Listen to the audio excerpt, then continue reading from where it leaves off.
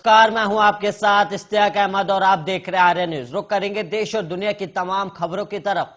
देश में कोविन पोर्टल के मुताबिक 15 से 17 आयु वर्ग में 3,45,35,664 वैक्सीन की पहली डोज लग चुकी है और इस आयु वर्ग के करीब 7.5 करोड़ बच्चे हैं और जिसकी रफ्तार से 15 से 17 साल के आयु वर्ग के बच्चों में टीकाकरण हो रहा है और उसे उम्मीद की जा रही है कि फरवरी के अंत तक हो जाएगा। और उस आयु वर्ग में टीकाकरण जिसके बाद 12 से 14 आयु वर्ग में टीकाकरण शुरू कर सकते हैं। और भारत में 12 से 18 साल के बच्चों को कोरोना की वैक्सीन देने की drug controller general of India ने मंजूरी भी दे दी है और भारत बायोटेक की कोवैक्सीन 12 से 18 साल के आयु वर्ग में दी जा सकती है और अभी 15 से 17 एज ग्रुप में ही यही वैक्सीन दी जा रही थी। और वहीं स्वास्थ्य मंत्रालय और वहीं एनटीएजीआई के सूत्रों के मुताबिक मार्च तक 15 से 17 आयु वर्ग का टीकाकरण होने के बाद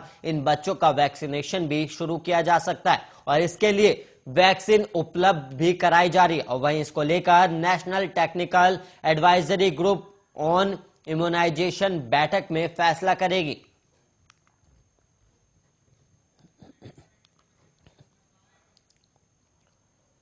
और वहीं दुनिया भर में अपने कथक नृत्य के लिए मशहूर रहे बिरजू महाराज का रविवार देर रात निधन हो गया।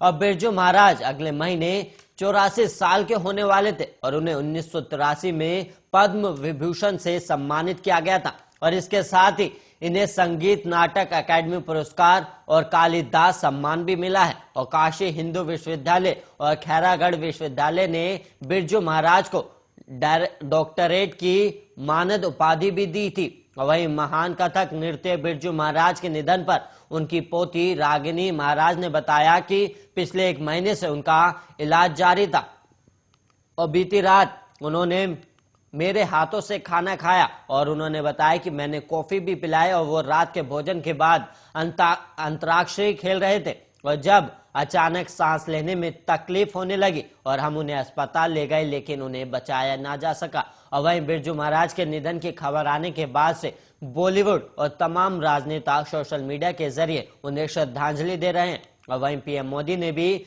बिरजू महाराज के निधन पर दुख जताया है और पीएम मोदी ने तस्वीर शेयर करते हुए ट्विटर पर लिखा, भारतीय नृत्य कला को विश्व भर में विशिष्ट पहचान दिलाने वाले पंडित बिरजू महाराज जी के निधन से अत्यंत दुख हुआ है और उनका जाना संपूर्ण कला जगत के लिए एक अपूर्णीय क्षति है।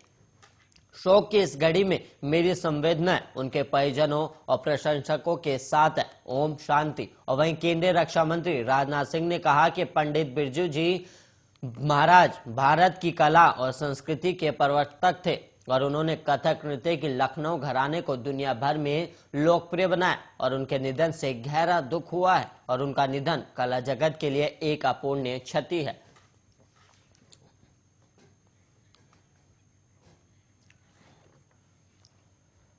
कानपुर के पुलिस कमिश्नर रहे असीम अरुण बीजेपी में शामिल हो गए और इस दौरान कार्यक्रम में मौजूद केंद्रीय मंत्री अनुराग ठाकुर ने कहा कि दंगा करने वाले समाजवादी पार्टी में जबकि दंगाइयों को पकड़ने वाले भारतीय जनता पार्टी में आते।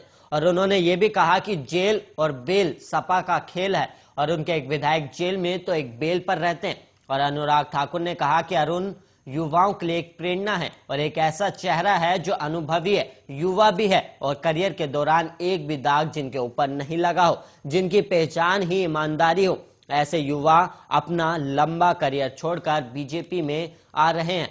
और ठाकुर ने कहा कि असीम अरुण प्रधानमंत्री नरेंद्र मोदी की योजनाओं से प्रेरणा लेकर यहां आए हैं और योगी राज में माफिया पर कार्रवाई होने पर यहां आए। वहीं इसके अलावा यूपी प्रदेश अध्यक्ष स्वतंत्र देव सिंह ने भी कहा कि परिवार को इच्छा रहती है कि मेरा बेटा अधिकारी बने और समाज की सेवा करे और एक ईमानदार छवि और दलित शोषित वंचितों के न्याय के लिए उनके सम्मान के लिए उनका शोषण ना हो। ऐसे असीम अरुण के पिता ने यूपी डीजीपी की तरह अपना जीवन व्यतीत किया और इसी रास्ते पर असीम अरुण पहुंचे क्योंकि बीजेपी ने एक ईमानदार अधिकारी को चयन किया। और उन्होंने मुझसे कहा कि हिंदुस्तान के अंदर बीजेपी ही एक ऐसी पार्टी है जो राजनीतिक पार्टी होते हुए भी राजनीति नहीं करती है। और वहीं स्वतंत्र देव सिंह ने आगे बताया कि अरुण जब एटीएस के प्रभारी थे तब उन्होंने 45 नक्सलियों को गिरफ्तार किया था और इसके अलावा आपको बता दें कि असीम अरुण ने कहा कि मैं पार्टी के विचारों से जुड़कर आ रहा हूं और योगी राज में एक भी गुंडे के लिए मेरे पास बीजेपी कार्यालय से फोन नहीं आया और मैं प्रसन्न हूं, संतुष्ट हूं। लोक सेवा का मौका मिला। ये एक ईश्वरीय संरचना है कि एक पुलिस वाले के बारे में एक शीर्ष नेतृत्व कल्पना करे। और अरुण ने कहा कि राजनीति में आने का निर्णय आसान नहीं था।